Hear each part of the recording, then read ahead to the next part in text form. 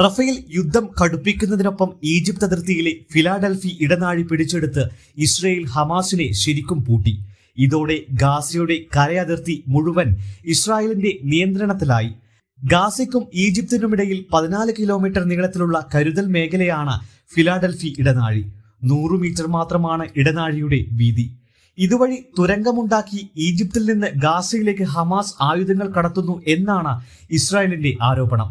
1967-2005 കാലത്ത് ഗാസ ഇസ്രായേലിന്റെ നേരിട്ടുള്ള നിയന്ത്രണത്തിലായിരുന്നപ്പോഴാണ് സലാഹുദ്ദീൻ എന്നുകൂടി പേരുള്ള ഈ കരുതൽ മേഖലയുണ്ടാക്കിയത്. ഇവിടെ 20 തുരങ്കങ്ങൾ കണ്ടെത്തിയെന്നാണ് ഇസ്രായേൽ സേനാ വക്താവ് ഡാനിയൽ ഹഗാരി വെളിപ്പെടുത്തിയത്. എന്നാൽ ലക്ഷങ്ങൾ അഭയം തേടിയിരിക്കുന്ന റഫേൽ ആക്രമണം നടത്തുന്നതിനെ ന്യായീകരിക്കാൻ ഉയർത്തിയ ആരോപണമാണിതെന്നാണ് ഈജിപ്ത് പറയുന്നത്. രാഷ്ട്രീയ കാരണങ്ങളാൽ യുദ്ധം നീട്ടുകയാണ് ലക്ഷ്യമെന്നും ഫിലാഡൽഫി ഇടനാഴി ഇസ്രായേൽ ഏറ്റെടുത്തത് 1979 സമാധാന കരാറിന്റെ ലംഘനമാണെന്നും ഈജിപ്ത് പറയുന്നു. അതിനിടെ ബെയ്ജിംഗിൽ ചൈനീസ് പ്രസിഡന്റ് ഷീ ജിൻപിങ്ങുമായി കൂടിക്കാഴ്ച നടത്തിയ ഈജിപ്ത് പ്രസിഡന്റ് അബൈദൽ ഫത്ത അൽ സിസി ഗാസയ്ക്ക് കൂടുതൽ ജീവകാരുണ്യ സഹായം നൽകണമെന്ന് അഭ്യർത്ഥിച്ചു. പലസ്തീൻകാരെ സ്വദേശത്ത് നിന്ന് ആട്ടിപ്പായിക്കാനുള്ള ശ്രമങ്ങളെ ഈജിപ്ത് ചെറുക്കുമെന്നും അൽ സിസി പറഞ്ഞു. അതിനിടെ റഫയുടെ മധ്യഭാഗത്തും പടിഞ്ഞാറും ഇസ്രായേൽ യുദ്ധം കടുപ്പിച്ചിരിക്കുകയാണ്. റഫയുടെ കിഴക്ക് സഹായ വസ്തുക്കൾ സൂക്ഷിച്ചിരിക്കുന്ന പാണ്ഡികശാലയിൽ ഇസ്രായേൽ ബോംബിട്ടു.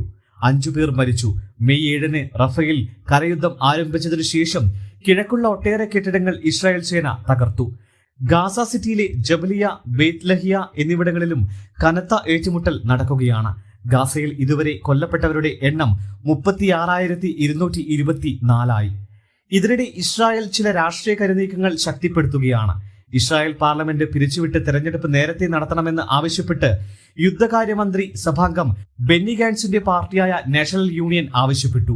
ഈ ആവശ്യം ഉന്നയിച്ചുള്ള ബിൽ അവർ പാർലമെന്റിൽ സമർപ്പിച്ചു. ഹമാസ് ഇസ്രായേൽ കൂട്ടക്കുരുതി നടത്തി 1 വർഷം തികയുന്ന ഒക്ടോബറിന് മുൻപ് തെരഞ്ഞെടുപ്പ് നടത്തണമെന്നാണ് ആവശ്യം. എന്നാൽ ഐക്യ സർക്കാർ പിരിച്ചുവിടുന്നത് ഹമാസ് തലവൻ യഹ്യ സിൻവറിന് നൽകുന്ന പാരിതോഷികമായിരിക്കുമെന്ന് പ്രധാനമന്ത്രി ബെഞ്ചമിൻ നെതന്യാഹുവിന്റെ ലിക്വിഡ് പാർട്ടി പറഞ്ഞു. 2026 തെരഞ്ഞെടുപ്പ് നടത്തൂ എന്നാണ് ലിക്വിഡ് പാർട്ടിയുടെ നിലപാട്. News desk, Kannur mirror.